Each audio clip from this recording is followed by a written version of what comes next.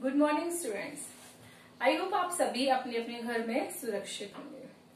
Students, जैसे कि आपको पता है डेट शीट आ गई है। आपका सेकेंड एग्जाम जो है वो हिंदी का है। तो आपको मैं UT1 का सिलेबस एक बार समझा देती हूँ। आपके UT1 का सिलेबस क्या क्या है। देखिए, subject Hindi UT1 syllabus exam 2020-21। आपकी जो पहली बुक है RO भाग 2, उसका जो आपका गद्य खंड है उसका जो चैप्टर है भक्ते, एक तो ये आ रहा है। दूसरा पार्ट है बाजार दर्शन, ये आ रहा है। और सेकेंड काव्य खंड जो है उसी में आपका सेकेंड पार्ट, उसमें से कविता वाला जो है उसमें से आपका जो चैप्टर एग्जाम में आ रहा है वो है कैमरे में बंद अपाहिज। उसके बाद है वितान, उसका वितान का जो चैप्टर आ रहा है आपका सिल्वर वेडिंग आ रहा है। और फिर आ रहा है आपका अनुच्छेद लेखन। तो ये सारा आपका सिलेबस है जो आपका UT1 में आ रहा है। आपने शायद लास्ट रिवाइज्ड वीडियो मेरा देखा होगा कि आपका जो 30% सिलेबस हटा है उसमें से कौन कौन से चैप्टर आपके हट गए हैं।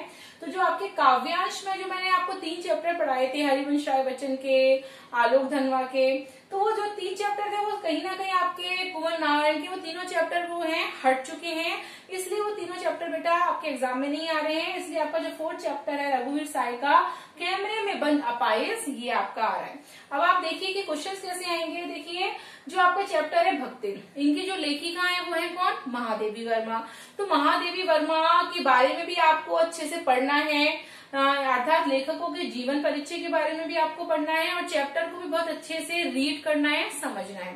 क्योंकि आपका जो पेपर आ रहा है आपको पता है ऑनलाइन है, तो वो MCQ बेस के हिसाब से आ रहा है। जो पैटर्न है आपका एग्जाम का वो MCQ है, अर्थात एक एक लाइन का है और ऑप्शन आएंगे 4, उसमें आपको टिक करना है। तो आपको सभी लेखकों के नाम बहुत अच्छे से याद करने हैं।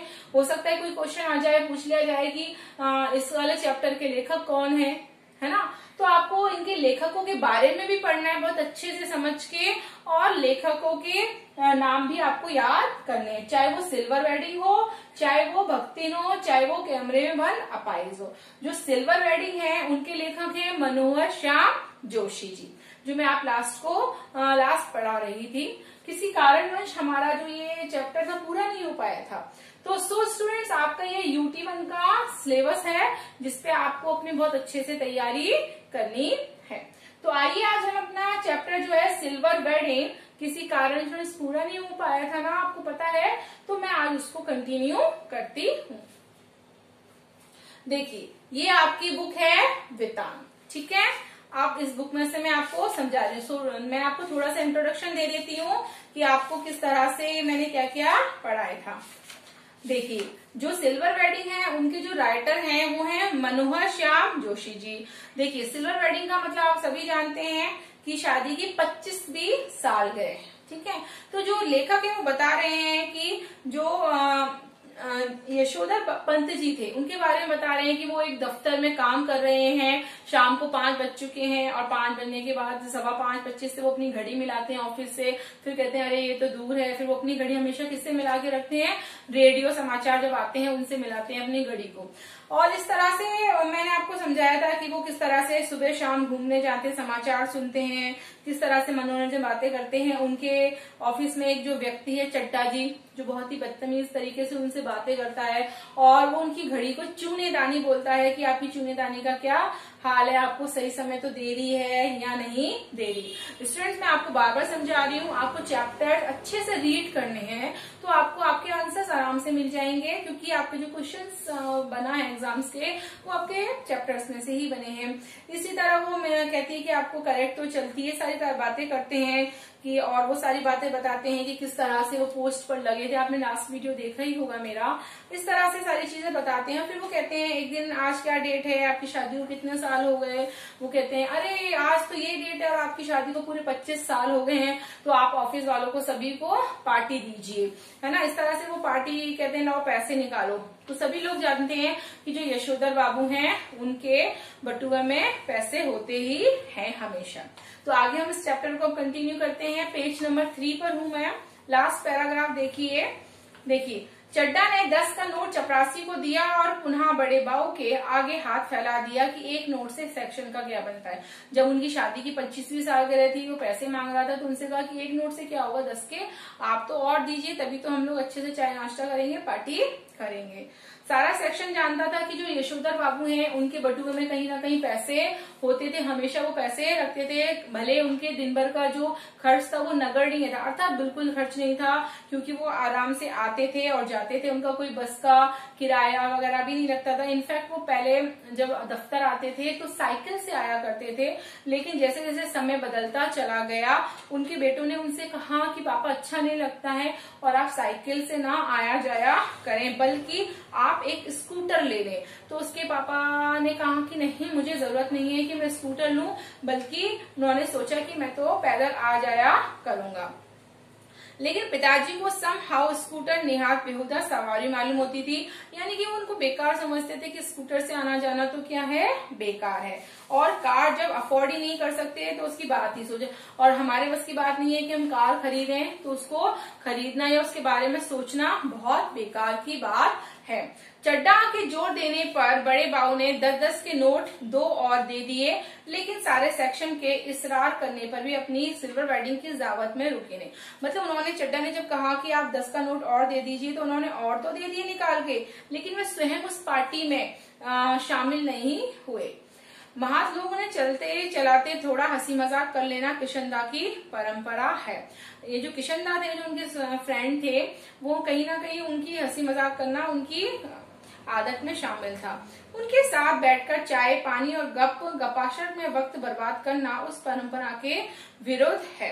लेकिन हंसी मजाक कर लो किसी व्यक्ति से, उनकी ऐसी सोच थी, लेकिन हंसी मजाक के साथ साथ आप चाय पानी पियो, फिर बैठकर आप कुछ करो, तो वो सारी चीजें कहीं ना कहीं समय का बर्बाद ही मानते थे। यशोधर बाबू जब दफ्तर से लौटते थे तो वो रोज बिड़ला मंदिर जाते थे, और जो बिड़ला मंदिर था, बिड़ला मंदिर में जो उद्यान था, अर्थात जो बगीचा था, गार्डन था, उसमें बैठकर वो प्रवचन, यानी कि जो भजन वगैरह होते हैं, संत जो कीर्तन वगैरह करते हैं, उनको कहीं ना कहीं वो सुना करते थे बड़े ध्यान से। उन्होंने ये एक नई परंपरा अपना ली थी। दफ्तर से लौटते समय वो कहाँ जाते थे, बिड़ला मंदिर जाते थे और उसके बगीचे में बैठकर सुनते थे भजन कीर्तन। ये बात उनके बच्चों को बहुत अकड़ती थी, और उनके बच्चे उन्हें कहते थे कि पापा आप बुढ़े थोड़ी ना हो गए हो, जो रोज रोज आप दफ्तर से लौटते हुए समय बिड़ला मंदिर जाते हो और उसके बाद रामा भजन कीर्तन सुनते हो, और क्या जरूरत है आपको रोज रोज मंदिर वगैरह जाने की, ये सारे उपवास यानी कि व्रत वगैरह करने की। यशोधर बाबू इस आलोचना को अनसुना कर देते थे। सिद्धांत, क्योंकि वो सिद्धांतों के धनी थे, और किशनदा के अनुसार यही निशानी है। जो उनके फ्रेंड है, किशनदा जो थे उनके फ्रेंड के रूप में थे, जिन्हें वो बहुत पसंद करते थे, प्रेम करते थे, प्यार करते थे, और उनके दिए हुए सिद्धांतों का वो पालन करते थे। लेकिन जब उनके बच्चे उनकी आलोचना करते थे तो वो इग्नोर कर दिया करते थे। बिड़ला मंदिर से उठकर यशोधर बाबू पहाड़गंज जाते थे, जहाँ जगह का नाम है पहाड़गंज, वहां जाया करते थे, और घर के लिए साग सब्जी खरीद लेते थे। जैसे अक्सर होता है, ऑफिस से लौटते समय आम लोग अपना सामान लाते हैं, घर का राशन पानी लाते हैं। किसी से मिलना मिलाना हो तो इसी समय कर लेते थे, किसी से बात करनी हो, मिलना मिलाना हो तो वह भी इस समय कर लिया करते थे। तो भले ही दफ्तर 5 बजे छूटता हो, वह घर 8 बजे से पहले नहीं पहुंचते थे। अर्थात कई बार ऐसा होता है कि जब व्यक्ति घर पहुंचता है तो घर में काफी चिकचिकबाजी होती है, बच्चे कुछ कहते हैं, पत्नी कुछ कहती है, तो इन सारी बातों से बचने के लिए वो दफ्तर से मंदिर जाना, बाजार जाना, ये सारे काम निपटा के आते थे, और 8 बजे के आसपास वो अपने घर पहुंचा करते थे। आज बिड़ला मंदिर जाते हुए यशोधर बाबू की निगाह उस अहाते पर पड़ी जिसमें कभी किशनदा का 3 बेडरूम वाला क्वार्टर हुआ करता था। जब वो मंदिर जा रहे थे तो जहाँ पे उनके किशनदा रहा करते थे 3 क्वार्टर वाले रूम में, वहां पे उनको पड़ा, उन्होंने देखा कि वहां पर 6 मंजिल की ऊंची इमारत बनाई जा रही है, अर्थात उन क्वार्टरों को तोड़ा जा रहा है। इधर से गुजरते हुए कवि के DIZ एरिया की बदली शक्ल देखकर यशोधर बाबू को बुरा लगा। जाहिर सी बात है, जहां हम पहले रहे, हमारा वहां पे काफी समय गुजरा हो, और उसको तोड़कर अगर नई जगह बनाई जाए तो थोड़ा सा बुरा लगता है और दुख भी होता है। ये लोग सारा गोल मार्केट क्षेत्र तोड़कर यहाँ 1 मंजिला क्वार्टरों की जगह ऊंची इमारतें बना रहे हैं। उन्हें पता लगा कि जो गोल मार्केट है, गोल मार्केट को तोड़कर वहां पे ऊंची इमारतें यानी उच्च इमारतें बनाई जा रही हैं। यशोधर बाबू को पता नहीं कि वे लोग ठीक कर रहे हैं या गलत, उन्हें ये जरूर पता है कि उनकी यादों के गोल मार्केट के ढहाए जाने का गम मनाने के लिए उनका इस क्षेत्र में डटे रहना निहायत जरूरी है। यानी कि उन्होंने देखा कि ये जो बता रहे हैं वो काफी बुरा लग रहा था उनको कि वो सही कर रहे हैं गलत कर रहे हैं, लेकिन कहीं ना कहीं उनकी यादें वहां शामिल थी। आगे वो कह रहे हैं उन्हें एड्रिगोस, लक्ष्मीबाई नगर और ये सारी पंडारा रोड आदि नई बस्तियों में पद की गरिमा के अनुरूप D2 टाइप क्वार्टर मिलने की अच्छी खबर कर कई बार आई। मतलब और जगह पे उन्हें खबर आई कि जो बहुत अच्छी अच्छी जगह है वहां पर वो क्वार्टर खरीद लें, वहां पर वो रहने लग जाएं। जब उनका क्वार्टर टूटने का नंबर आया तब भी उन्होंने इसी क्षेत्र की इन बस्तियों में बचे क्वार्टर को अपने एक नाम अलाउंट करा लिया। अर्थात जैसे जैसे बिल्डिंगें बन रही थी, क्वार्टर टूट रहे थे, दिए हुए, तो वो क्वार्टर उन्होंने जो लास्ट क्वार्टर बचा वो वहां रहने लग गए। तब की तब देखी जाएगी कहा और उसी तरह मुस्कुराए जिस तरह किशनदा यही फिक्रा कहकर मुस्कुरा जाते थे। जब उनकी पत्नी ने उनसे पूछा कि अगर ये भी क्वार्टर टूट जाएगा तो हम कहाँ रहेंगे, क्या करेंगे, तो उन्होंने कहा तू चिंता मत कर, बेफिक्र रहे। किशनदा भी इसी तरह करते थे, बेफिक्रे अर्थात चिंता फिक्र नहीं करते थे। सच तो यह है कि पिछले कई वर्षों से यशोधर बाबू की पत्नी और बच्चों से छोटी छोटी बातों पे मतभेद रहता था, क्योंकि जब बच्चे बड़े हो जाते हैं तो बच्चे अपने हिसाब से चलते हैं, पत्नी अपने हिसाब से चलती है, तो कहीं ना कहीं उनका मतभेद रहा करता था अपनी पत्नी और बच्चों के साथ। इसी वजह से वो थोड़े से डिस्टर्ब रहते थे और फिर वो घर लौटना भी जल्दी पसंद नहीं करते थे। जब तक बच्चे छोटे थे तब तक वे उनकी पढ़ाई लिखाई में मदद करा करते थे। जब बच्चे छोटे होते हैं तो बच्चे पेरेंट्स मदद करते हैं, लेकिन जब बच्चे बड़े हो जाते हैं तो कहीं ना कहीं अपने आप पढ़ लेते हैं। उनका जो बड़ा लड़का था उसकी विज्ञापन संस्था में नौकरी लग गई थी, अर्थात बड़े लड़के ने विज्ञापन संस्था में काम ले लिया था। यद्यपि समहाउ यशोधर बाबू को अपने साधारण पुत्र को असाधारण वेतन देने वाली नौकरी कुछ समझ में नहीं आती थी। असाधारण यानी कि जरूरत से ज्यादा, भाई उस जमाने की बात है, ये काफी पुरानी बात है, तो उन्हें तो बहुत लिमिटेड वेतन मिलता था, लेकिन उसके बच्चे को बहुत अच्छा, लड़के को जो बड़ा लड़का था काफी अच्छा वेतन मिलता था, तो उनकी समझ से ये सारी चीजें बाहर थी। वे कहते हैं कि 1500 रुपए तो हमें रिटायरमेंट के पास पहुंचकर मिल रहे हैं। अर्थात जब उस समय पैसा बहुत ज्यादा मायने रखता था, शायद आज के टाइम में तो कुछ भी नहीं है। वो कह रहा है जब मैं रिटायर होऊंगा, रिटायर होने से कुछ दिन पहले ही मुझे 1500 रुपए मेरी सैलरी इंक्रीमेंट हुई है। शुरू में 1500 रुपया देने वाली इस नौकरी में जरूर कुछ लोचा होगा। उनको ऐसा लगता था कि मेरे बेटे को 1500 रुपए शुरू से ही मिल रहा है। देखिए समय के साथ चीजें बदलती हैं तो जाहिर सी बात है सैलरी भी बदलती है। तो वो कह रहे थे कि 1500 रुपए मेरे बेटे को मिल रहा है, जरूर कुछ लोचा है, कुछ गड़बड़ की बात है। और यशोधर बाबू के लिए ये समझ सकना असंभव है कि जब ये पिछले साल एलेक्स एड सर्विस की सूची में माना काफी नीचे आ गया था, तब इसने ज्वाइन करने से इनकार क्यों कर दिया। कई बार इंटरेस्ट होता है, अपन पेरेंट्स बोलते हैं कि फॉर्म भर दो, तो उसके बेटे ने भरा था और एलाइड सर्विसेज की सूची में वो आ गया था, लेकिन उसने वहां पे ज्वाइन नहीं किया था। तो उनके पापा बोले मुझे समझ में नहीं आ रही। उनका जो तीसरा बेटा था स्कॉलरशिप लेकर अमेरिका चला गया था पढ़ने के लिए, और साथ ही जो उनकी एकमात्र बेटी थी वो न केवल तमाम प्रस्तावित वर अस्वीकार करती चली जा रही थी, बल्कि डॉक्टरी की उच्चतम शिक्षा के लिए स्वयं भी अमेरिका चले जाने की धमकी दे रही थी। मतलब काफी सारे लड़कों को उसने शादी के लिए रिजेक्ट कर दिया था और कह रही थी कि मुझे उस शिक्षा पाने के लिए, डॉक्टरी की शिक्षा पाने के लिए मुझे अमेरिका भी जाना है। तो कहते हैं हर बात में वो कहते हैं समहाउ, यानी कि कितना कर सकते हैं हम।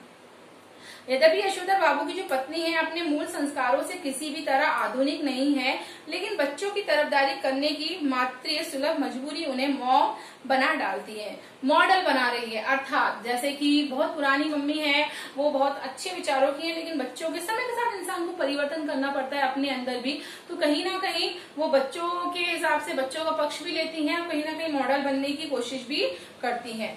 कुछ ये भी है कि जिस समय उनकी शादी हुई थी यशोधर बाबू के साथ गांव से आए ताऊजी और उनके 2 विवाहित बेटे भी रहा करते थे। पहले आपको पता है बच्चों ज्वाइंट फैमिली हुआ करती थी, तो ज्वाइंट फैमिली में हम को आजादी नहीं होती, हम अपनी इच्छाओं को खुलकर नहीं जी पाते हैं। जब अकेले रहते हैं तो हाँ ठीक है, कोई देखने वाला नहीं है, तो हम अपने हिसाब से अपनी लाइफ स्टाइल जीते हैं।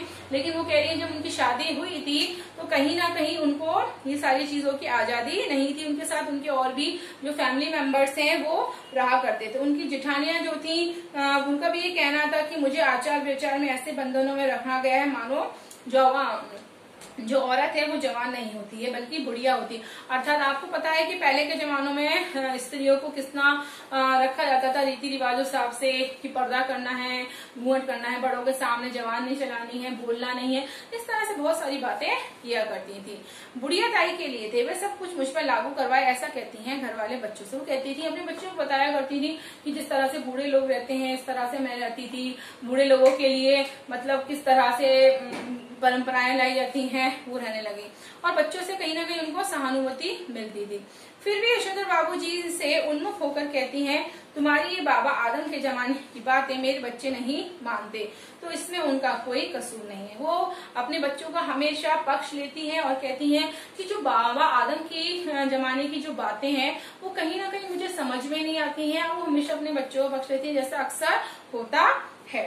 धर्म और वो कहती है कि ढकोसला वाली बातें हैं मुझे बिल्कुल समझ में नहीं आती, तुम साफ साफ बातें किया करो ताकि मैं अपने बच्चों का फेवर कर सकूं। तो स्टूडेंट ये आपकी आज तक की क्लास थी। Thank you.